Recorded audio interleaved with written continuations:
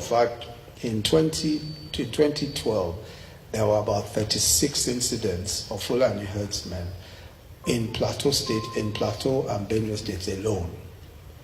That's when so it's not new. I mean, it's easy to for people to say now that we have a Fulani head of state.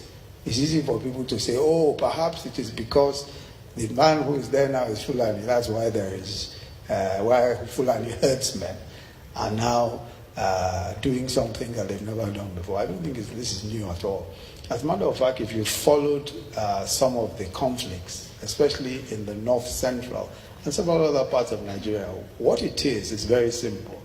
Fulanis have always had grazing land, and they've grazed their cattle here and there. Now grazing land is becoming fewer and fewer everywhere. There's just no space for that kind of stuff anymore. And so many times you find that there are cows go into people's farms and go and eat up crops in the farm. So there's a lot of conflict. But another dimension to it is that a lot has been happening recently in terms of just the violence that has been associated with it. Some of it is related directly to Fulani herdsmen, but then there are also all sorts of other criminal elements who have come from North Africa and who are working with Fulani herdsmen, because many of these herdsmen use bows and arrows. But there are some people now who are carrying AK-47s all over the place and who are involved in all manner of violence. So what the government is doing, first of all, the president has issued orders several times, and those orders are being implemented.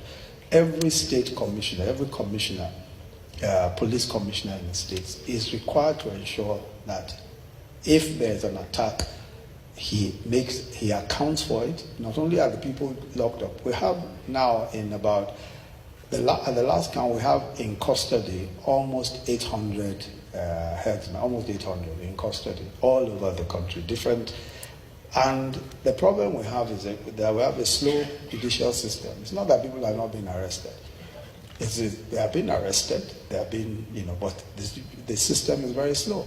Same as other areas of conflict. Boko Haram, militants, many of them are in custody, but the system is very, very slow. The judicial system is extremely slow. But that they're not being arrested is not true at all. There are arrests taking place all the time, and I think that a lot of the police commissioners, even the military, have been deployed in some states to ensure that these things, that nobody gets away with just shooting at people. As a matter of fact, the president has said that whether or not there's an incident, anybody who is carrying weapons, who is carrying any sort of weapons, must be arrested.